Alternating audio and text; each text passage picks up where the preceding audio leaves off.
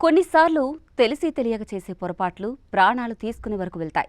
నిజమేమిటి అనేది తెలుసుకోకుండానే విధించే శిక్షలతో బాధితులు తీవ్ర అవమాన భారానికి గురై ప్రాణాలు తీసుకున్న సంఘటనలు మనం ఎన్నో చూసాం. ఇది కూడా అలాంటిదే. కాకపోతే ఇక్కడ బాధాకరమైన విషయం ఏంటంటే, అక్కడ బాధితుడు ఒక చిన్న బాలుడు. అతను దొంగిలించింది డబ్బో బంగారమో కాదు, అది ఒక చిప్స్ ప్యాకెట్. అది కూడా కేవలం అనుమానమే. పశ్చిమ బెంగాల్లోని మెదినీపూర్ జిల్లా పాన్స్కురాలో ఒక హృదయ విదారక ఘటన చోటు చేసుకుంది. ఒక కిరాణా షాప్లో చిప్స్ ప్యాకెట్ దొంగిలించాడు అని అనుమానంతో ఆ షాప్ ఓనర్ శుభంకర్ దీక్షిత్ ఒక 12 ఏళ్ల బాలుడు కృష్ణదాస్పై ఆరోపణలు చేశాడు.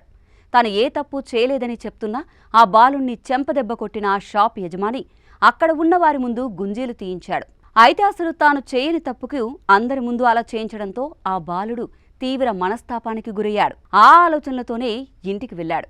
అమ్మకి తెలిస్తే తిడుతుంది అనుకున్నాడు ఏమో. అవమానం భారం ఒకవైపు, భయం ఒకవైపు కావచ్చు. ఆ బాధను తట్టుకోలేక ఇంటికి వెళ్లి పురుగుల మందు తాగి ఆత్మహత్య చేసుకున్నాడు. అయితే చనిపోవడానికి ముందు సూసైడ్ లెటర్ రాశాడు. అందులో, అమ్మా, నేను దొంగను కాదు, నేను చిప్స్ ప్యాకెట్ దొంగిలించలేదు, నేను అంకుల్ కోసం వెయిట్ చేశా, కానీ ఆయన అక్కడ కనిపించలేదు. తిరిగి వస్తున్నప్పుడు ఒక చిప్స్ ప్యాకెట్ రోడ్డుపై పడి ఉండడం చూసి తీసుకున్నాను. నాకు ఆ చిప్స్ అంటే చాలా ఇష్టం. ఇవి నేను వెళ్లే ముందు నా చివరి మాటలు. నేను పురుగుల మందు తాగినందుకు నన్ను దయచేసి క్షమించండి. నిజంగా నేను ఏ తప్పు చేయలేదు అని కృష్ణదాస్ ఆ లేఖలో చెప్పుకొచ్చాడు. అయితే పురుగుల మందు తాగిన కృష్ణదాస్ను కుటుంబ సభ్యులు వెంటనే తమ్లుక్ ఆసుపత్రికి తీసుకెళ్లగా పరిస్థితి విషమించడంతో ఐసీయూలో చేర్పించి చికిత్స అందించారు. కానీ చివరికి ప్రాణాలు దక్కలేదు. ఈ ఘటనతో ఆ షాప్ యజమాని శుభంకర్ దీక్షిత్ అక్కడి నుంచి పరారయ్యాడు. ఇక ఈ ఘటనపై మీరేమంటారు?